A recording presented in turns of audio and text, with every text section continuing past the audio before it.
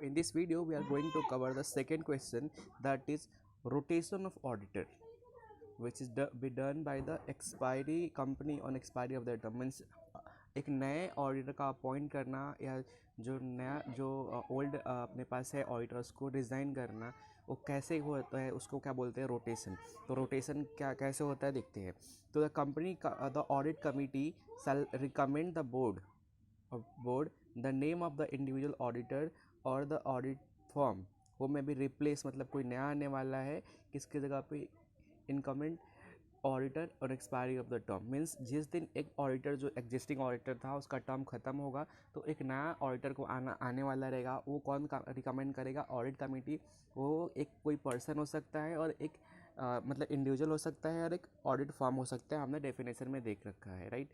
तो इसमें सबसे पहले क्या है, वेन द फर्स्ट पॉइंट है when the company is require to constitute audit committee. मतलब ऑडिट कमेटी की रिक्वायरमेंट कहाँ कहाँ पे होती है।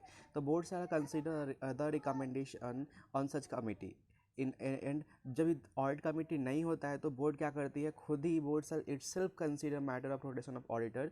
एंड बोर्ड क्या करती है, खुद कर लेती है। मीन्स अगर ऑडिट कमेटी है तो उससे पूछना पड़ेगा, नहीं है तो हमें खुद कंडक्ट करना, मतलब खुद ही हमें सिलेक्शन करना पड़ेगा। And make recommendation for appointment of the next auditor by the member in the annual general meeting. Means AGM में उसका डिस्कशन चलते रहता है।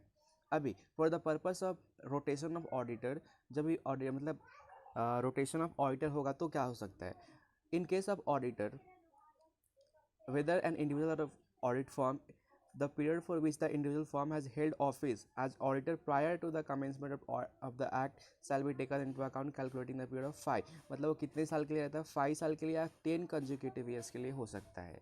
The incoming auditor of the auditor for audit form shall be not eligible. क्यों eligible नहीं होगी, if the auditor और audit form sir associated with outgoing auditor. मतलब जो आउटगोइंग ऑडिटर है ना, जो ऑडिटर भी रिटायर होने वाला है, रिज़ाइन कर दिया है, उसकी जगह पे वो आ रहा है और उसके कंटेक्ट में है तो वो नहीं आ सकता है। फॉर्म और audit form under the same network, और दोनों एक ही नेटवर्क में एक ही ऑडिट फॉर्म में काम करते हैं तो वो नहीं आ सकते हैं, राइट। तो ये था हमारा क्या था, ये था रोटेशन ऑफ ऑडिटर। मीन यहाँ पे आपको मैंने क्या चीज़ें बताई, तो यहाँ पे हमने ये देखा कि रोटेशन ऑफ ऑडिटर का मीनिंग क्या होता है। जो एग्जिस्टिंग ऑडिटर है वो जानना चाहता है या उसका टर्म कंप्लीट हो गया है तो ये कौन करता है, ऑडिट कमेटी हमें रिकमेंड करती है कि नेक्स्ट ऑडिटर कौन होगा। या तो वो इंडिविजुअल हो सकता है या एक ऑडिट फर्म हो सकती है, ठीक। अगर ऑडिट कमेटी, सेकंड पॉइंट में देखा, ऑडिट कमेटी नहीं है तो बोर्ड खुद ही डिसाइड करता है और वो सिलेक्शन करता है कि ऑडिटर कौन बनेगा, और या तो फॉर्म या तो इंडिविजुअल।